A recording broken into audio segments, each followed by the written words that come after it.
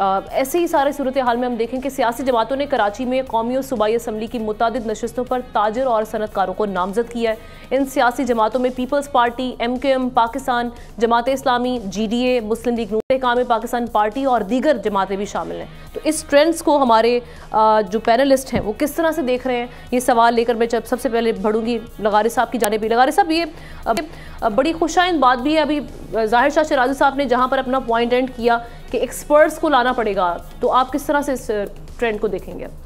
ये ट्रेंड मुनासिब है, लेकिन वो पॉलिटिकल फिगर्स हैं, पहले से ही जमे जमाए लोग हैं जो इलेक्शन लड़ रहे हैं, जो पहले भी सियासी जमातों में खासे फाल रहे हैं और वो मुख्तलिफ सेगमेंट्स ऑफ द सोसाइटी से ताल्लुक़ रखते हैं।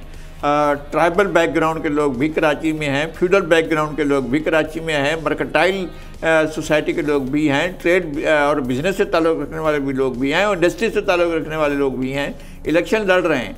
तो मैं समझता हूँ कि अपील वो चीज़ करेगी लोगों को जो ये समझेंगे कि लोगों को डिलीवर करे। असल बात यह है कि जैसे जाहिर शाह साहब कह रहे थे, हमारे यहाँ कराची जो है वो डाइवर्सिटी इसमें बहुत ज़्यादा है, लोग बहुत ज़्यादा हैं इस शहर के अंदर और मुख्तलिफ इलाकों से आए हुए, मुख्तलिफ सूबों से आए हुए लोग हैं। वो यहाँ पर अपने मसाइल, अपनी भूख, अपनी बेरोज़गारी लेकर आते हैं और इस शहर के अंदर कोई और असासा लेकर नहीं आते हैं, फाइनेंस लेकर नहीं आते हैं, दौलत लेकर नहीं आते हैं। ज़ाहिर है हमारे पास जहाँ जहाँ जो चीज़ फैली हुई है, भूख फैली हुई है, अफराद फैली हुई है, गुर्बत फैली हुई है, बेरोज़गारी फैली हुई है, तो वो इसके इलाज के लिए शहर में आते हैं तो चारों तरफ फैल जाते हैं, फिर इसकी प्लानिंग नहीं होती है शहर की। तो जाहिर है अब ये लोग जो लड़ रहे हैं इलेक्शन, अगर ये शहर के, अगर दूसरा मसला ये भी है कि शहर की ओनरशिप लेने को तैयार नहीं है, कोई भी पार्टी ये नहीं समझती है, या कोई यहाँ रहने वाले लोग भी ये नहीं समझते हैं, गली में कचरा पड़ा है कोई परवाह नहीं है, गली में पानी बह रहा है कोई परवाह नहीं है, गली के अंदर अगर कब्जा हो रहा है तो कोई परवाह नहीं है, एक शख्स जो है अपने घर की हुदूद बढ़ा रहा है तो इसकी परवाह कोई नहीं करता है। भाई ये शहर जो है ये कलेक्टिव एक मिल्कियत है, लोगों की इज्तिमाई मिल्कियत है, इसको ख़राब नहीं करना चाहिए। तो लोग इसको बाकायदा अमलन ख़राब भी करते हैं। यानी इससे कोई तब्दीली नहीं आएगी जो आप कह रहे हैं सनतकार और ये नहीं, मेरा ख्याल है कि तब्दीली आ सकती है। असल बात तो इंटेंशन क्या है, करना क्या चाहते हैं सियासी पार्टियां, क्या करना चाहती हैं और डिलीवर क्या करना चाहती हैं वो।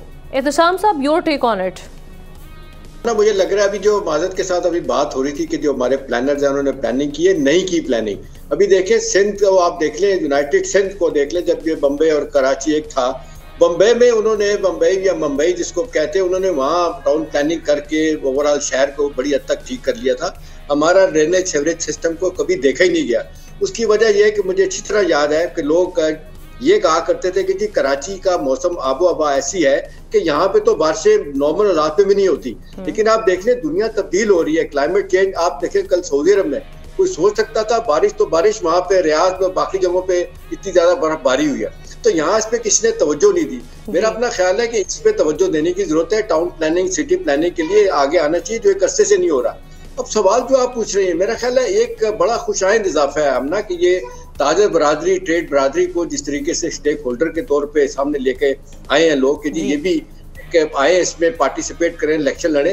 तो मेरा ख्याल है जिस तरह सियासी लोगों पे तो शायद बावजूद इस बात के लोग पोलिटिसाइज हैं, जिस अंदाज से मार्जिनलाइज लोग हैं, वो तो जो पार्टियां उनको कहती हैं वो उनकी बात सुन रहे होते हैं। लेकिन इस दफा उन पे भी जिम्मेदारी आएगी, उनका भी अपना बहुत बड़ा स्टेक है कि किसी तरीके से वो शहर को इस तरह बेहतर करें, क्योंकि कारोबार नहीं हो रहा, तबाही फिर रही है हर तरफ अब सियासी हालात की वजह से। और फिर से पहले आप देख लें कसर तक जो कराची शहर जिस अंदाज से हमने देखा, इलाकाई तंजीमें और दूसरे लोग इसको किस तरह एक्सप्लॉइट करते नहीं है। तो मेरा ख्याल वक्त आ गया कि अब ये कराची में बिजनेस कम्युनिटी को इन्वॉल्व करने का तो बड़ा वाज़ेह तौर पे मतलब यह है कि जी ठीक है, किसी हद तक तो ये नो कॉन्फिडेंस तो है ना माजर के साथ पीपल्स पार्टी और बाकी जमातों पे, और ये अगर आते हैं अपना रोल प्ले करते हैं, मेरा ख्याल है डेफिनेटली इसका एक अच्छा असर पड़ेगा। इसका अच्छा असर पड़ेगा। शाह साहब, आप भी देख रहे हैं कि ये एक अच्छा ट्रेंड है क्योंकि रेवेन्यू जनरेट करके देता है, और ये कारोबारी जो तबका है इसका आना पॉलिटिक्स में, ये आप समझते हैं कि बहुत ज़रूरी था? मेरी राय ये है कि ये इनडायरेक्टली पहले भी पॉलिटिक्स के अंदर रहे हैं और ये कोई नई बात नहीं है। इस तरह बिल्कुल ये इससे पहले भी मुझे बहुत सारे सियासतदान सेनेट में रहे हैं, बिजनेसमैन कराची के, इस्लामाबाद, लाहौर, दूसरे बड़े शहरों के, वो इलेक्शन भी लड़ते रहे। इस दफ़ा पॉलिटिकल पार्टीज ने एक बार फिर ट्रेंड चेंज किया है। वो न सिर्फ कराची के हद तक बल्कि आप ओवरऑल पाकिस्तान में देखें, केपी के अंदर देखें, लाहौर के अंदर देखें, तो अपनी जो हम कह सकते हैं कि आइडियोलॉजिकली जो पार्टी फॉलोअर्स थे उनकी बजाय इलेक्टेबल्स और उन लोगों को जो कि शायद पैसे वाले हैं, इनमें बिजनेसमैन भी हैं, इनमें इन्फ्लुएंशियल लोग भी हैं, इनमें लैंड बिजनेस के अंदर जो लोग हैं वो भी हैं। ट्रेंड अच्छा है, मैं बिल्कुल इत्तेफाक करूंगा कि इससे शायद मसाइल को पार्लियामेंट की हद तक अंदर जाके लिटरली जो है उसके ऊपर डिस्कशन हो सकती है। लेकिन ओवरऑल फिर ये देखना होगा कि आया ये बिजनेसमैन है क्या वो पॉलिटिकल पार्टीज के इन्फ्लुएंस के तहत रहेंगे, उनकी मर्जी से काम करेंगे या अपनी इनकी इनपुट होगी। इससे पहले देखें इस्माइल साहब बड़े बिजनेसमैन थे, वो शायद हैं भी। बाकी इस तरह के ओवरऑल देखा जाए PMLN के अंदर बहुत सारे बिजनेस कम्युनिटी के लोग हैं जो कि सियासत कर रहे हैं, लेकिन इन लोगों का फोकस मेरे ख्याल में वो मसाइल नहीं रहे। आम लोग अगर सियासत के अंदर आएंगे, पार्लियामेंट के अंदर आएंगे, तो ग्रास रूट लेवल के ऊपर वो चीजों के ऊपर फोकस रहेंगे। लेकिन इस वक्त यहाँ पर चैम्बर ऑफ कॉमर्स जो है वो शायद एक एडवाइजरी रोल अदा करते हैं मुल्क के अंदर किसी भी तरह की बिजनेस एक्टिविटी या इंडस्ट्रियल रिवोल्यूशन के हिसाब से या इंडस्ट्रियल जो डेवलपमेंट है उसके हिसाब से वो अपनी पॉलिटिकल पार्टीज को इनडायरेक्टली सपोर्ट भी करते हैं, वो पैसे देते हैं, चंदा देते हैं। तो मेरे ख्याल में वो रोल कर रहा है। लेकिन अब देखना ये होगा कि इस दफा जिस तरीके से और बाकी के सनतकार और दूसरे लोगों को इन्वॉल्व किया गया, शायद इसका कोई इम्पैक्ट आएगा।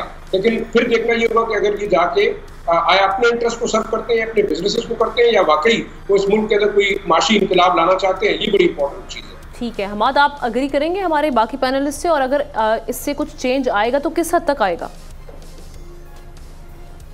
जी बिल्कुल। पहले मैं थोड़ा सा एक क्लैरिफिकेशन भी देता चलूँ। मेरे कहने का मकसद ये था कि एक बेसिक जो गलती है प्लानिंग में वो नहीं की गई कराची की हद तक। उसके बाद अनप्लान्ड ग्रोथ शहर में जरूर होती गई है, जबकि हमने बाकी शहरों में देखा है, इस्लामाबाद जहां पर मैं बैठा हुआ हूं, इसके मास्टर प्लान में कचहरी बनाई ही नहीं गई थी। उनको अंदाजा ही नहीं था कि शायद यहाँ पे लोगों के भी कोई मसाइल ऐसे होंगे जिसकी वजह से वो कचहरियों में उनको जाना पड़े। तो जहां हम अगर कंपेयर करते हैं उस यार्डस्टिक से कि जहां पर प्लानिंग की इतनी बेसिक गलतियां हुई हैं, वहां कम से कम इन्होंने इस चीज को सेपरेट रखा, उसके बाद उसको मेंटेन कर नहीं कर पाए, उसको आने वाले जो मजीद पॉपुलेशन बढ़ती गई उसके लिहाज से ठीक नहीं रखते पाए। उसमें बहुत गुंजाइश है, सर ने बिल्कुल ठीक कहा है। अब coming back to this question जी, बिल्कुल आना चाहिए, क्यों नहीं आना चाहिए। हर जो है वॉक ऑफ लाइफ से लोगों को आना चाहिए। पहले भी आते रहे हैं। अगर आप देखें तो लेट 1800s में जोसेफ चैम्बरलेन जो एक ब्रिटिश पॉलिटिक्स में आए थे, वो एक बहुत बड़े इंडस्ट्रियलिस्ट थे, वो आए थे। फिर अगर हम रिसेंटली देखें तो माइकल ब्लूमबर्ग साहब हैं जो कि 3 बार न्यूयॉर्क के मेयर भी रह चुके हैं। फिर इसी तरीके से मिट रोमनी, वो भी एक जो है फाइनेंस इन्वेस्टमेंट फर्म शायद चलाते हैं, वो भी एक बहुत बड़े बिजनेसमैन हैं। आना चाहिए इन लोगों को।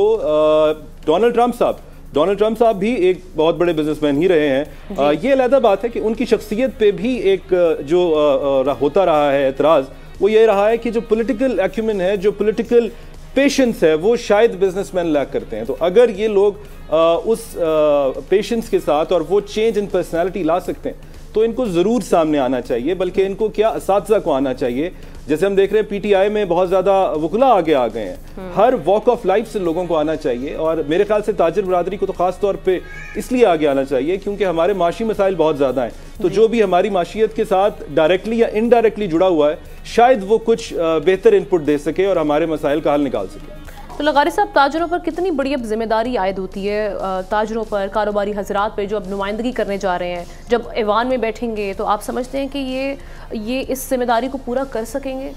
असल बात ये है कि उनके आने से उनकी अपनी कम्युनिटी में उनका ट्रस्ट बहाल होगा। तो वो पाकिस्तान का जो असल मसला तो ये है कि हमारे यहाँ से रेवेन्यू, बहुत से सेगमेंट्स ऐसे हैं जो रेवेन्यू में नहीं आते हैं, वो नेट में नहीं आते हैं, आप टैक्सेस के नेट में आते हैं, उनको उस नेट में लाएंगे। असल लोग खौफजदा होते हैं। लोगों को एक तो कॉम्प्लिकेटेड तरीक़ाकार है हमारा जो रेवेन्यू का है, और उन्होंने फॉर्म इतना कॉम्प्लिकेटेड है तो लोगों का सर में दर्द हो जाता है कि कैसे इसको पुर किया जाए। बिल्कुल। अगर आप जो भी आपकी आमदनी है, अगर आप स्टेट के साथ शेयर करते हैं तो उससे खौफजदा होने की ज़रूरत ही नहीं है, किसी किस्म के खौफ की ज़रूरत नहीं है। अगर आप एक दुकान लेकर किराए पर लेते हैं और उसके 10% या उससे भी कम पर आप 10,000 की दुकान है, 1,000 अगर आप सालाना या उस हिसाब से जितना भी देते हैं आप, अगर आपको वो टैक्स देना है तो देने के लिए अपनी कम्युनिटी को ये आमादा कर सकते हैं। और ये ताजिर जो हैं एक तो इस तरफ जा सकते हैं कि उसको साथ लें, और दूसरा ये है कि उनका इंटरेस्ट होगा ना कि हमारे जो हल्के के लोग हैं और जिसमें कारोबारी लोग ज़्यादा होते हैं,